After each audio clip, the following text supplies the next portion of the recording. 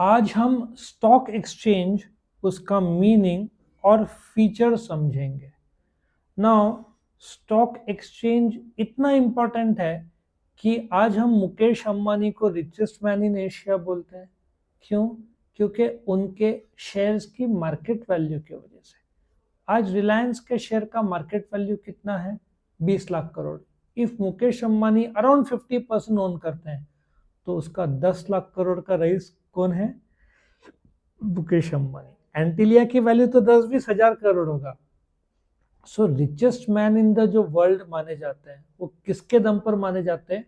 उनके पास जो शेयर्स है और उसका शेयर का मार्केट वैल्यू के दम पर इलॉन मस्क, इन लोग के पास जो शेयर्स है उसके दम पर माने जाते हैं। तो स्टॉक एक्सचेंज या शेयर मार्केट या स्टॉक मार्केट, तीनों टर्म आप यूज कर लो, ठीक है। ये एक ऐसी जगह है जहां पे सिक्योरिटीज, देखो शेयर्स नहीं बोला है क्योंकि equity share, preference share, debenture, bonds, ये सब फिनेंशियल इंस्ट्रूमेंट जिसको बोलते हैं, ये सिक्योरिटीज का खरीदी और बिक्री होता है। यहाँ पे सिक्योरिटीज मतलब डिफाइन किया है क्या क्या। Preference share, debenture, bonds, government securities, ये ऑफ कोर्स म्यूचुअल फंड्स भी इश्यू होते हैं। सो स्टॉक मार्केट क्या है? इन्वेस्टर जिसके पास सरप्लस पैसा है, बोरोअर जिसको पैसा चाहिए, मतलब देनदार और लेनदार को कनेक्ट करता है। जैसे आपको कर्जा चाहिए, बैंक में एक आदमी के पास एक्स्ट्रा पैसा है, उसने एफडी किया और आपको चाहिए तो आप बैंक से उठाते हो। सो बैंक एक जरिया बनता है। मिस्टर ए ने एक्स्ट्रा डिपॉजिट बैंक के पास रखा, उस पैसे से बैंक ने मिस्टर बी को कर्जा दिया। सो बैंक कनेक्टिंग लिंक बनता है बिटवीन ए एंड बी। उसी प्रकार से स्टॉक एक्सचेंज कनेक्टिंग लिंक बनता है बिटवीन टू पार्टीज, ठीक है। दो ओल्डेस्ट स्टॉक एक्सचेंज एलएससी बोलते हैं, लंदन स्टॉक एक्सचेंज जो 1571 हुआ था। एक Amsterdam stock exchange I think 1603 था। बॉम्बे स्टॉक एक्सचेंज जो, ये oldest stock exchange in India नहीं है, ये एशिया का ओल्डेस्ट स्टॉक एक्सचेंज है और ये शुरू हुआ था 1875। आपको विश्वास नहीं होगा कि बॉम्बे स्टॉक एक्सचेंज जब शुरू हुआ था, कुछ गुजराती लोगों ने शुरू किया था और पेड़ के नीचे ये लोग खरीदी बिक्री करते थे और ईस्ट इंडिया कंपनी का भी शेयर उसमें था, बॉम्बे स्टॉक एक्सचेंज। और आज देखो बॉम्बे स्टॉक एक्सचेंज की ताकत कितनी बढ़ गई है। अभी क्या हुआ, जब देश आजाद हुआ तो गवर्नमेंट ने तुरंत सिक्योरिटीज कंट्रोल और रेगुलेशन एक्ट बनाया कि नाउ स्टॉक एक्सचेंज को हम रेगुलेट करते हैं, उसके लिए कायदा बनाया।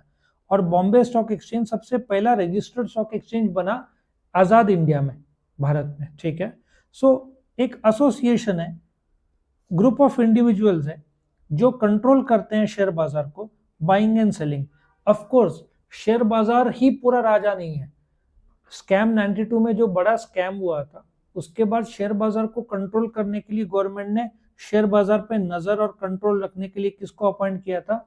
सेबी। और ये आया था सेबी एक्ट 1992 के हिसाब से 1994 में काम शुरू किया था। किसने? सेबी ने। तो स्टॉक एक्सचेंज जैसे कॉलेजेस को कंट्रोल कौन करता है? महाराष्ट्र बोर्ड। सो ये कॉलेज की बात हो रही है, स्टॉक एक्सचेंज की बात हो रही है, एक ऐसी जगह जहां शेयर्स का खरीदी और बिक्री का काम होता है। सो किस चीज का फीचर्स है स्टॉक एक्सचेंज का? ये एक ऐसा मार्केट है सिक्योरिटीज का जहां पे गवर्नमेंट या सेमी गवर्नमेंट के सिक्योरिटीज का बाइंग और सेलिंग होता है, ट्रेडिंग होता है। दूसरा, सेकेंड हैंड सिक्योरिटीज। क्यों? क्योंकि जब एक कंपनी पहली बार सिक्योरिटी बाजार में लाते हैं उसको क्या बोलते हैं? Primary market. उस और शॉर्ट में इस मार्केट में जो आता है उसको क्या बोलते हैं? आईपीओ। सो जब एक कंपनी पहली बार शेयर बाजार में लाती है उसको क्या बोलते हैं? आईपीओ। सो जब कंपनी प्राइमरी मार्केट, उधर शेयर बाजार का रोल नहीं है। सो मैंने पब्लिक में इशू किया आईपीओ के थ्रू। अभी Hyundai ने लाया था आईपीओ। उसमें जब आईपीओ लाया, Hyundai ने शेयर्स दिए लोगों को, उसके बाद Hyundai के शेयर्स खरीदना बिकना कहाँ शुरू हुआ? सेकेंडरी मार्केट में, जो कि शेयर मार्केट है। सो सेकेंड हैंड सिक्योरिटीज क्यों? फर्स्ट हैंड Hyundai ने आईपीओ लाया था, वो फर्स्ट हैंड था। उसके बाद खरीदी बिक्री कहां पे शुरू हुआ? सेकेंड हैंड मार्केट में। Second hand market is the stock market, listed securities. Now Hyundai का शेयर बाजार में खरीदी बिक्री से पहले वो लिस्टेड कंपनीज नहीं था, लिस्टेड कंपनी नहीं था। सो जिस दिन Hyundai का खरीदी बिक्री शुरू हुआ, सो Hyundai company became listed company और उसके security became the listed security. Concept समझ में आ रहा है? सो आईपीओ मैंने लाया, मैं पब्लिक लिमिटेड हूं बट मैं लिस्टेड नहीं हूं, क्योंकि अभी तक मेरा खरीदी बिक्री शुरू नहीं हुआ।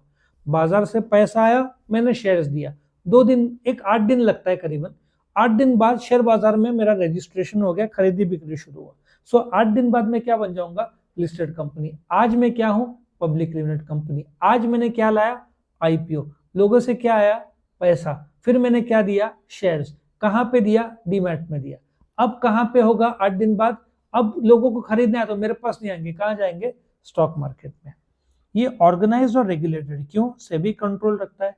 ऑर्गेनाइज्ड और रेगुलेटेड नहीं रहा तो स्कैम 92 हुआ था, हर्षद मेहता स्कैम, कितना बड़ा स्कैम था जिसमें करोड़ों रुपए का घोटाला हुआ था। कुछ बैंक्स बंद हो गए थे, शेयर होल्डर रास्ते पे आ गए थे, कुछ लोगों ने सुसाइड किया था। आया समझ में? तो रेगुलेट करना जरूरी है, नहीं तो फ्रॉड नहीं होना चाहिए। स्पेसिफिक लोकेशन, बॉम्बे, इंडिया में 2 बड़े स्टॉक एक्सचेंज है, बीएसई और एनएसई। बॉम्बे स्टॉक एक्सचेंज दलाल स्ट्रीट में, national stock exchange Bandra Kurla complex में। सो स्पेसिफिक लोकेशन है जहाँ पे ब्रोकर्स इंटरमीडिएट्स रहेंगे, बट ये ऑनलाइन होता है, ठीक है।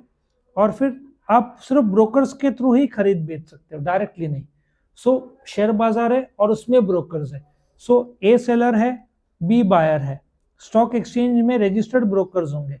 सो आप मिस्टर ए को बेचना है बी को, तो via stock exchange, but via a broker जो कि रजिस्टर्ड है इन द स्टॉक एक्सचेंज, उसके थ्रू बेचा जा सकता है। अच्छा, ये ब्रोकर्स कौन है? जीरोधा, एंजल ब्रोकिंग सुना है? ये सब ब्रोकर्स है, इनके पास आप अकाउंट खोलेंगे।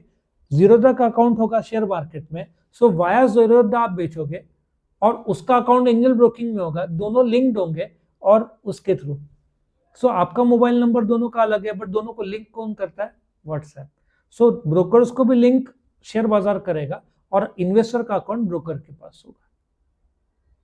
समझ में आया कैसे वर्क करता है ये? सो ये था स्टॉक एक्सचेंज का मीनिंग और फीचर्स।